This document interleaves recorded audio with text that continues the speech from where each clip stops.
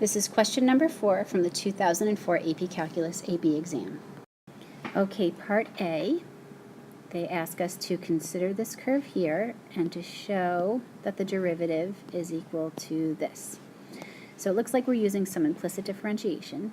We're going to have 2x plus 8y dy dx equals the derivative of 7 is 0, and now we need to use the product rule with 3x times y.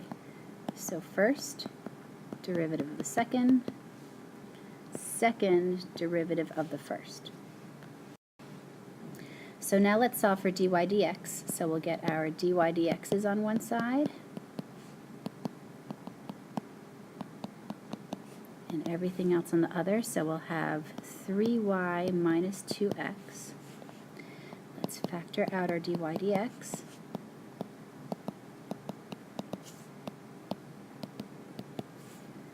So dy dx equals 3y minus 2x over 8y minus 3x. So that worked out nicely for part A. Now for part B, we have to show that there's a point with x-coordinate 3 at which the line tangent to the curve at P is horizontal. Okay. So for a tangent line to be horizontal, that means that the slope must be equal to 0.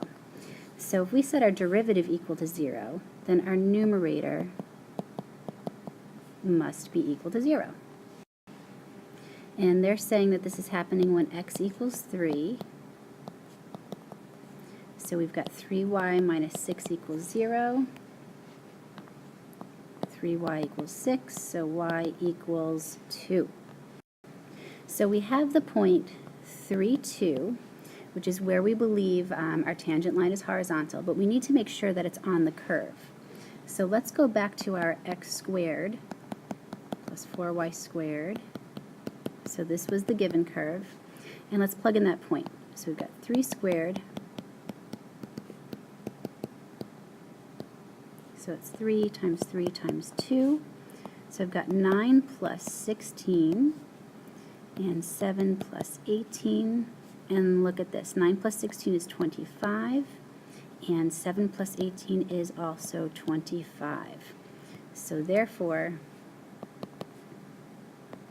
3, 2 is on the curve, and the slope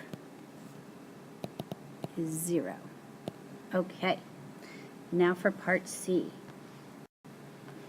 We need to find the second derivative at the point P that we found in part B. Okay, so let's do that first. All right, second derivative. Well, we know that our first derivative is this quotient up here, so we need to use the quotient rule. So second derivative, so we've got denominator, derivative of the numerator would be 3 dy dx. Whoops, let's erase that. 3 dy dx minus 2 minus the numerator times the derivative of the denominator, which is 8 dy dx minus 3, all over denominator squared. Okay, so how about we start a little substituting? We know that x and y must be 3 and 2 respectively. And we know that dy dx should be equal to 0. That's what we worked on in part B. So we've got 8 times 2 minus 3 times 3 times, this will be 3 times 0, so we're just left with negative 2,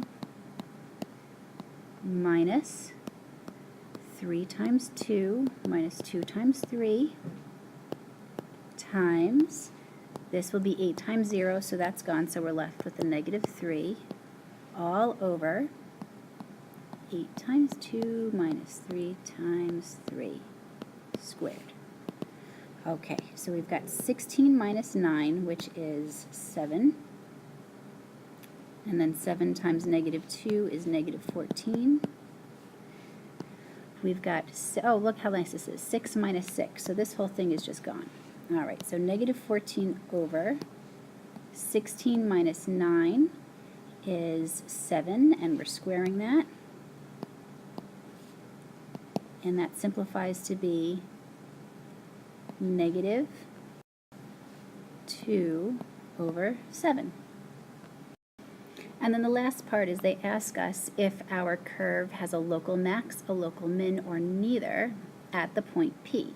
Well, we know that the first derivative is equal to 0 at our point P.